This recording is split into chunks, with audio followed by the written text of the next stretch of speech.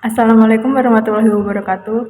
Sebelumnya saya ucapkan terima kasih kepada Bu Asiniati SEMM selaku dosen pengampu mata kuliah komunikasi bisnis ini. Kami dari kelompok 10 beranggotakan 2 orang. Saya Elizabeth Putri Hersianti dengan NIM B11321010. Saya Dewi Wahyuni dengan NIM B1132102024. Kami akan mempresentasikan hasil diskusi kami yang bertema laporan bisnis, proposal bisnis, dan rilis berita. Yang pertama ada pengertian laporan bisnis. Laporan bisnis sebagai suatu pesan yang objektif dan tersusun teratur yang digunakan untuk menyampaikan informasi dari suatu bagian organisasi atau dari suatu institusi atau lembaga ke lembaga yang lain untuk membantu pengambilan keputusan atau pemecahan masalah. Pengertian proposal bisnis. Proposal bisnis merupakan tulisan yang berisi rencana atau susulan untuk melakukan suatu kegiatan tertentu. Pengertian rilis berita. Rilis berita merupakan informasi yang didesain dengan sedemikian rupa untuk mencapai audiens yang lebih luas dengan melalui media publik maupun surat kabar. Kegunaan laporan bisnis ada beberapa. Yang pertama, membantu mengimplementasikan kebijakan dan prosedur. Yang kedua, mendokumentasi prestasi kerja. Yang ketiga, memperoleh bisnis baru dan pendanaan. Yang keempat, untuk memonitor. Yang kelima, memenuhi persyaratan hukum dan peraturan. Yang terakhir, pedoman dalam pengambilan keputusan.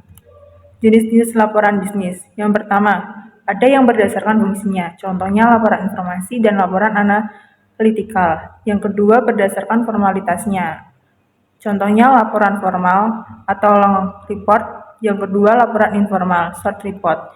Yang ketiga, berdasarkan subjeknya, contohnya laporan ini dibedakan berdasarkan departemen laporan itu diperoleh.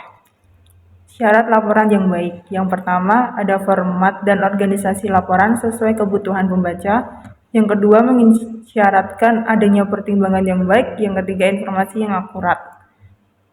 Selanjutnya ada perencanaan laporan dan proposal bisnis. Ada 6. Yang pertama, definisikan masalah, tujuan, dan ruang lingkup. Yang kedua, analisis audiens. Yang ketiga, menentukan ide atau gagasan. Yang keempat, mengumpulkan barang yang dikumpulkan. Yang kelima, menganalisis dan menafsirkan data.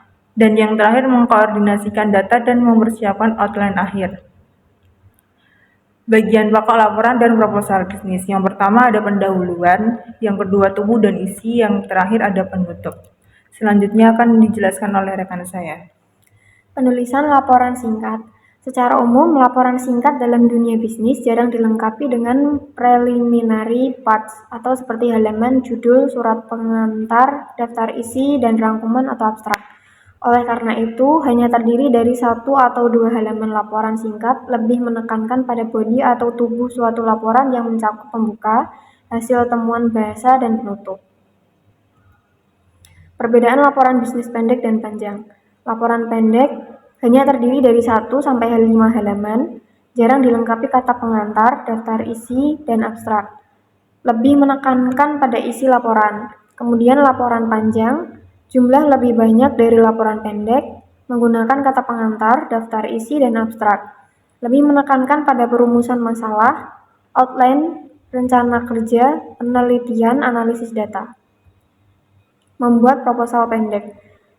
Ada beberapa tahap. Yang pertama pendahuluan, yang kedua latar belakang, yang ketiga rencana dan jadwal, yang keempat penetapan staf, yang kelima anggaran, yang terakhir permintaan persetujuan. Membuat proposal panjang juga ada beberapa tahap. Yang pertama latar belakang, aspek pemasaran, yang ketiga aspek produksi, yang keempat aspek SDM, yang kelima aspek keuangan. Kegunaan rilis berita. Yang pertama produk baru, yang kedua pegawai baru, yang ketiga layanan baru, yang keempat aktivitas lain yang layak dipublikasikan. Syarat-syarat rilis berita. Yang pertama kejujuran, yang kedua kecermatan, yang ketiga keseimbangan, yang keempat kelengkapan dan kejelasan. Perencanaan dan penyusunan rilis berita. Yang pertama, menentukan subjek yang akan dirilis. Yang kedua, menentukan dan menganalisis audiens yang akan dituju. Yang ketiga, memastikan bahwa berita mengandung informasi yang layak disebarkan kepada publik melalui medsos. Yang keempat, memperkirakan reaksi audiens. Yang kelima, menyusun rilis berita dengan pendekatan langsung. Yang keenam, melakukan review untuk memastikan bahwa pertanyaan jurnalistik yang terdiri dari 5W dan 1H. Hal-hal yang perlu diperhatikan dalam pembuatan rilis berita.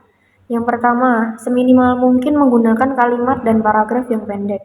Yang kedua, pastikan kebenaran nama orang, nama tempat, nama organisasi, jabatan, tanggal, dan jumlah yang ada. Yang ketiga, meminta izin terlebih dahulu saat akan memajang foto. Yang keempat, menyimpan arsip dalam bentuk soft copy atau hard copy. Sekian presentasi dari kelompok kami. Apabila ada kekurangan dan salah kata, kami mohon maaf. Wabillahi taufiq wal hidayah. Wassalamualaikum warahmatullahi wabarakatuh.